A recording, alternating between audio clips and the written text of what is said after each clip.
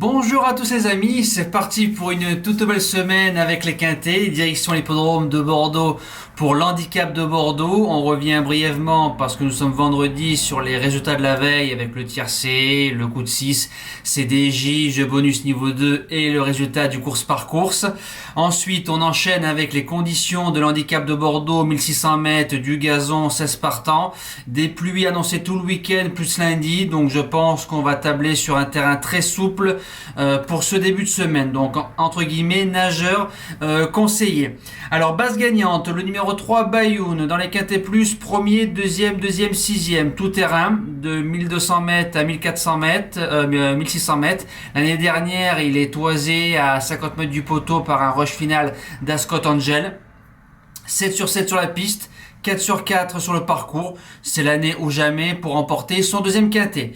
Deuxième base, le 14 Goldino Bello va découvrir la piste de Bordeaux. Une excellente rentrée, 8e. Il a répété ensuite 2e dans un tiercé, tout terrain, corde numéro 7. Il a tout pour plaire. Pour moi, il a sa place dans les 3. Premier outsider, le 7 Quartz d'Argent. Alors 5e pour son premier quintet plus, la ligne Amedras qui a répété, El Magnifico qui a répété, Iron Water qui a répété et Enouville qui a répété. Dans les 4 chevaux cités, il y a 2 gagnants de tiercé. Terrain plus souple sera un gros avantage pour lui. Il a sa place dans les 5. Deuxième outsider, le numéro 10, Beko, 2 sur 2 sur la piste bordelaise, mais sur 1400 mètres. 200 mètres de plus ne va pas le contrarier. 11e pour sa rentrée dans un quintet plus. Il me bat ensuite Trobrez qui fait 3e d'un quintet plus de belle manière sur l'hippodrome de Saint-Cloud. Au papier, c'est pas mal. En seconde partie de pronostic, le numéro 6, Ascot Angel.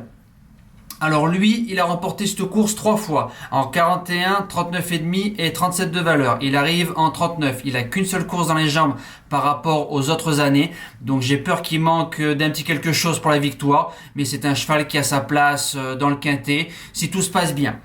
En 6e position, le numéro 5, Shelding, 5 sur 5 sur la piste, 3 sur 3 sur le parcours, 3e de cette course en 2019. Faut rien faire de la course, faut faire que la ligne droite. Il aura la corde 16, donc il n'y aura pas le choix que de subir, mais il a assez de classe et de jeu de jambes pour prendre une place dans cette course-là. 7e position, le numéro 8, Afghani. Il a tout approuvé en 39 de valeur dans les quintets plus et dans les handicaps. Maintenant, j'ai regardé toutes ces lignes et j'ai trouvé beaucoup de chevaux qui ont bien couru dans les quintets. Alors, je me dis que c'est pas mal pour ses débuts dans les handicaps. Et je termine avec le numéro 4, Fly d'Aspect.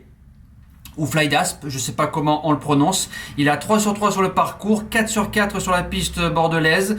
C'est un cheval qui a fait une rentrée gagnante ici même. Maintenant, est-ce qu'il vaut 39 de valeur dans les quintets plus? Je n'en sais rien. Mais comme c'est la forme du cheval, verron pour De Vatrigan, je me dis qu'en bout de sélection, je vais lui laisser une petite place. Voilà, merci d'avoir suivi ce quintet-là. Nous, on se dit à demain pour un tout nouvel événement. Passez une bonne semaine. Merci à tous. Ciao!